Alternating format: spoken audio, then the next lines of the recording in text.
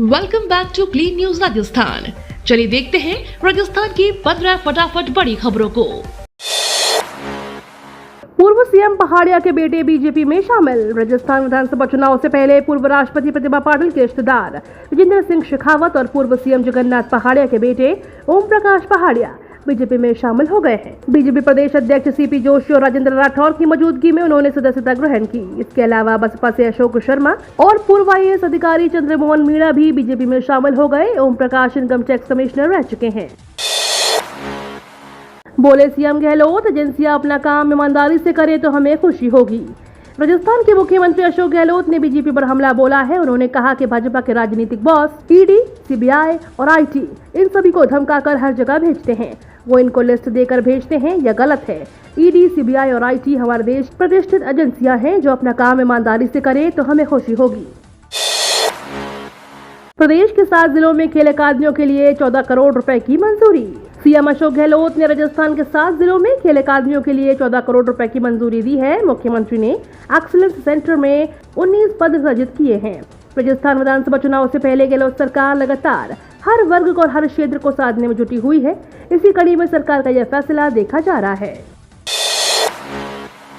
अनास नदी पर साइफन परियोजना पर सीएम गहलोत ने किया लोकार्पण। राजस्थान के बांसवाड़ा दौरे पर पहुंचे मुख्यमंत्री अशोक गहलोत ने जिले के लंकाई में अपर हाई लेवल कैनाल परियोजना के तहत अनास नदी पर साइफन परियोजना का लोकार्पण किया। इस मौके पर सीएम ने ट्वीट किया, जल प्रवाह की नई राह, अनास नदी पर साइफन का निर्माण जल समस्या के निराकरण में निश्चित ही अहम साबित होगी।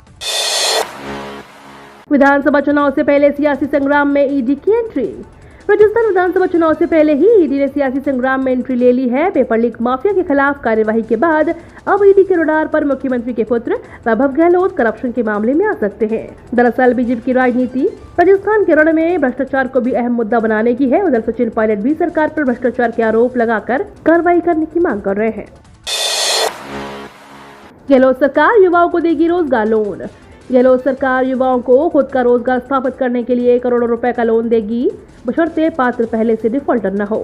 यह लोन भीमराव अंबेडकर राजस्थान दिल्ली आदिवासी उद्यम प्रोत्साहन योजना के तहत दिया जाएगा। 22 जून को कार्यशाला भी होगी।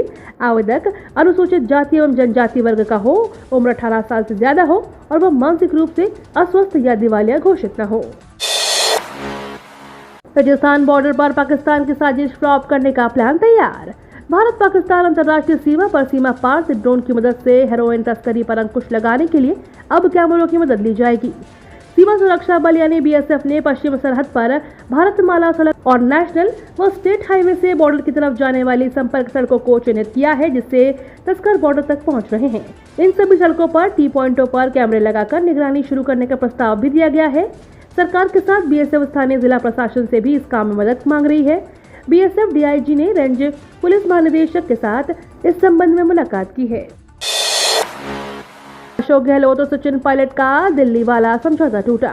अशोक गहलोत और सचिन पायलट के बीच कुछ दिन पहले दिल्ली में राहुल गांधी ने समझौता कराने की कोशिश की थी। मल्लिकार्जुन खड़गे के आवास पर हुई बैठक के बाद सहमति को लेकर बयान दिए गए। केसी वेणुगोपाल ने मीडिया से बातचीत करते हुए कहा कि दोनों ने आला कमान पर फैसला छोड़ दिया है। दोनों मिलकर अब राजस्थान के चुनाव में बीजेपी से मुकाबला करेंगे। समझौता क्या हुआ, इस पर कोई स्पष्टीकरण नहीं आया। अलग अलग अनुमानों के बीच दोनों नेता फिर से आमने सामने हो गए हैं। पीएम मोदी के नेतृत्व में भारत के विकास का इंजन लगातार आगे बढ़ रहा है, गजेंद्र सिंह शेखावत बोले। प्रधानमंत्री माननीय श्री नरेंद्र मोदी जी के नेतृत्व में भारत ने 9 वर्षों में जो उपलब्धियां हासिल की है वह अपूर्व और ऐतिहासिक है।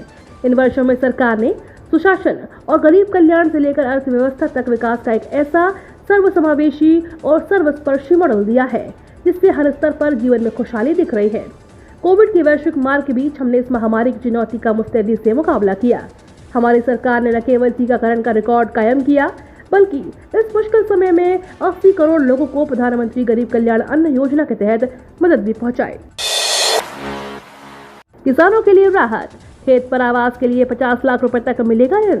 किसान को खेत पर आवास के निर्माण के लिए सरकार ग्राम आवास योजना जारी कर दी गई है। इस योजना में केंद्रीय सहकारी बैंकों द्वारा किसानों को 50 लाख रुपए तक का ऋण 3 किस्तों में उपलब्ध कराया जाएगा।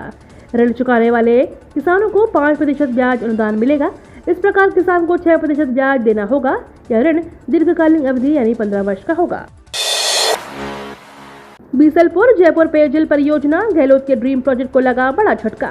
राजधानी जयपुर में 3 दशक से ज्यादा समय से मूलभूत सुविधाओं को दर से पृथ्वीराज नगर के रहवासियों को राहत देने के लिए मुख्यमंत्री अशोक गहलोत ने बीसलपुर और जयपुर पेयजल परियोजना की घोषणा की थी। करीब 1000 करोड़ रुपए की इस परियोजना का काम तेजी से चल रहा था। प्रोजेक्ट का कार्य 90% हो चुका है, लेकिन अब जयपुर विकास प्राधिकरण के कारण बीसलपुर पृथ्वीराज पेयजल परियोजना का काम बंद हो गया है। जयपुर विकास प्राधिकरण ने जलदाय विभाग को पंप हाउस बनाने के लिए जो जमीन आवंटित की थी, उसका आवंटन जेडीए ने ही निरस्त कर दिया है। इसकी वजह से जमीन को लेकर सामने आया कानूनी दांवपेच है। 1 करोड़ 83 लाख रुपए का गांजा जब्त। जयपुर क्राइम ब्रांच ने भीलवाड़ा में कार्रवाई कर 1 करोड़ 83 लाख रुपए का गांजा जब्त किया है। साथ ही 5 तस्करों को गिरफ्तार भी किया है। आरोपियों ने बताया कि वे 1500 किलोमीटर दूर उड़ीसा से गांजा तस्करी करके राजस्थान लाए थे। आरोपियों की पहचान संजय जाट, शिवलाल और लोकेश के रूप में हुई है। पुलिस ने पूछताछ के बाद सभी को न्यायिक हिरासत में जेल भेज दिया है। प्रदेश के 7 जिलों में खेल अकादमियों के लिए 14 करोड़ रुपए की मंजूरी। सीएम अशोक गहलोत ने राजस्थान के 7 जिलों में खेल अकादमियों के लिए 14 करोड़ रुपए की मंजूरी दी है। इसके अलावा मुख्यमंत्री ने एक्सीलेंस सेंटर में 19 पद सृजित किए हैं। राजस्थान विधानसभा चुनाव से पहले गहलोत सरकार लगातार हर वर्ग और हर क्षेत्र को साधने में जुटी हुई है। इसी कड़ी में सरकार का यह फैसला देखा जा रहा है।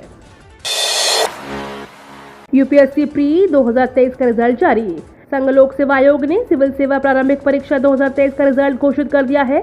उम्मीदवार आधिकारिक वेबसाइट upsc.gov.in पर जाकर रिजल्ट चेक और डाउनलोड कर सकते हैं। उम्मीदवार रोल नंबर और नाम दर्ज करके पीडीएफ डाउनलोड कर सकते हैं। परीक्षा का आयोजन बीती 28 मई को हुआ था। केंद्र सरकार का बड़ा एक्शन। सूचना और प्रसारण मंत्रालय ने मई 2021 से लेकर अब तक भारत विरोधी कंटेंट बनाने के मामले में 150 से अधिक वेबसाइटों और यूट्यूब न्यूज चैनलों को बैन कर दिया है। आईटी अधिनियम के धारा 59(a) के उल्लंघन के चलते इन वेबसाइट्स और चैनल्स को हटाया गया है। जिन चैनलों को हटाया गया है उनमें खबर विद फैक्ट्स, खबर तेज, इन्फॉर्मेशन हब, फ्लैश नाउ, मेरा पाकिस्तान, हकीकत की दुनिया और अपनी दुनिया शामिल है। ये तो थी राजस्थान की बड़ी खबरें। रोजाना सबसे पहले अपडेट पाने के लिए क्लीन न्यूज राजस्थान को अभी सब्सक्राइब करें।